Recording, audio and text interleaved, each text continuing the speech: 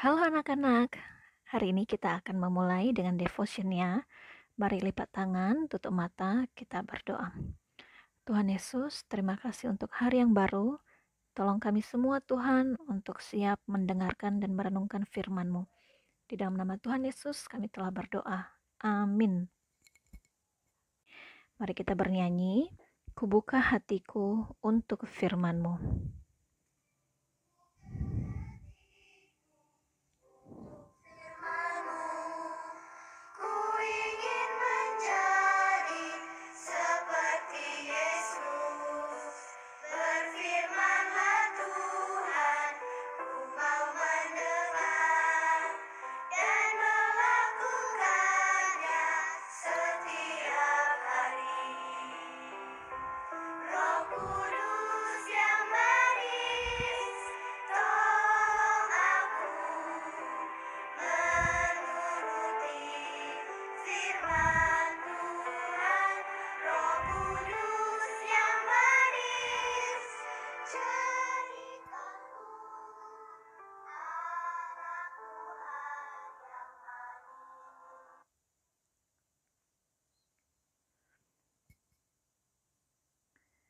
Nah, hari ini kita akan merenungkan firman Tuhan dengan judul Roh Kudus pimpin kita untuk bersaksi. Mari kita membaca firman Tuhan di dalam Kisah Para Rasul pasal 8 ayat 26 sampai 35. Ibu akan membacakannya, kalian ikuti di dalam hati ya. Judulnya Sida-sida dari Tanah Ethiopia. Kemudian berkatalah seorang malaikat Tuhan kepada Filipus, katanya, "Bangunlah dan berangkatlah ke sebelah selatan, menurut jalan yang turun dari Yerusalem ke Gaza. Jalan itu jalan yang sunyi." Lalu berangkatlah Filipus. Adalah seorang Ethiopia, seorang sida-sida, pembesar dan kepala perbendaharaan Sri Kandake, Ratu Negeri Ethiopia yang pergi ke Yerusalem untuk beribadah. Sekarang orang itu sedang dalam perjalanan pulang dan duduk dalam keretanya sambil membaca kitab Nabi Yesaya. Lalu kata Roh kepada Filipus, "Pergilah ke situ dan dekatilah kereta itu." Filipus segera ke situ dan mendengar sida-sida itu sedang membaca kitab Nabi Yesaya. Kata Filipus, "Mengertikah Tuan apa yang Tuan baca itu?" Jawabnya, "Bagaimanakah aku dapat mengerti kalau tidak ada yang membimbing aku?" Lalu ia meminta Filipus naik dan duduk di sampingnya. Nas yang dibacanya itu berbunyi seperti berikut. Seperti seekor domba, ia dibawa ke pembantaian, dan seperti anak domba yang keluh di depan orang yang menggunting bulunya, demikianlah ia tidak membuka mulutnya. Dalam kehinaannya berlangsunglah hukumannya. Siapakah yang akan menceritakan asal-usulnya? Sebab nyawanya diambil dari bumi. Maka kata sida-sida itu kepada Filipus, "Aku bertanya kepadamu, tentang siapakah Nabi berkata demikian? Tentang dirinya sendiri atau tentang orang lain?" Maka mulailah Filipus berbicara dan bertolak dari nas itu. Ia memberitakan Injil Yesus kepadanya.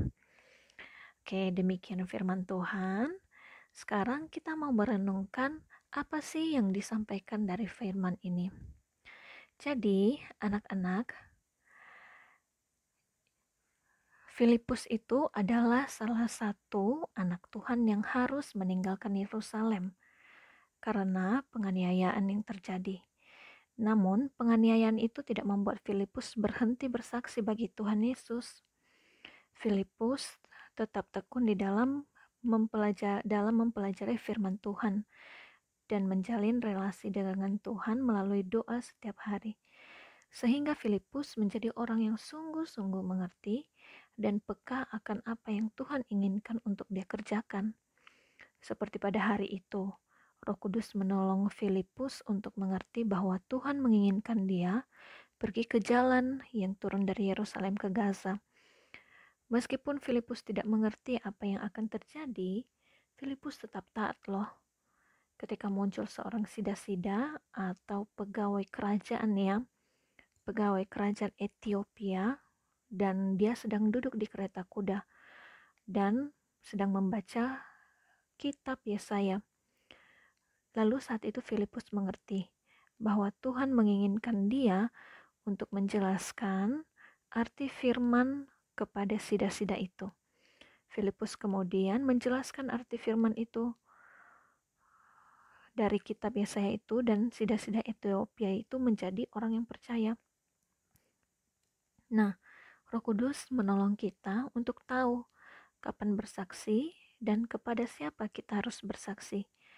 Maka setiap hari kita harus sungguh-sungguh belajar firman Tuhan dengan baik, sehingga kita siap setiap saat ketika Roh Kudus memimpin kita untuk bersaksi. Nah, demikian firman Tuhan anak-anak. Sekarang Ibu mau bertanya, kira-kira Roh Kudus itu akan menolong kita untuk apa? Iya, Roh Kudus akan menolong kita supaya bisa bersaksi tentang siapa? Pasti tentang Tuhan Yesus. Nah, sekarang mari kita berdoa, lipat tangan, tutup mata. Mari kita berdoa.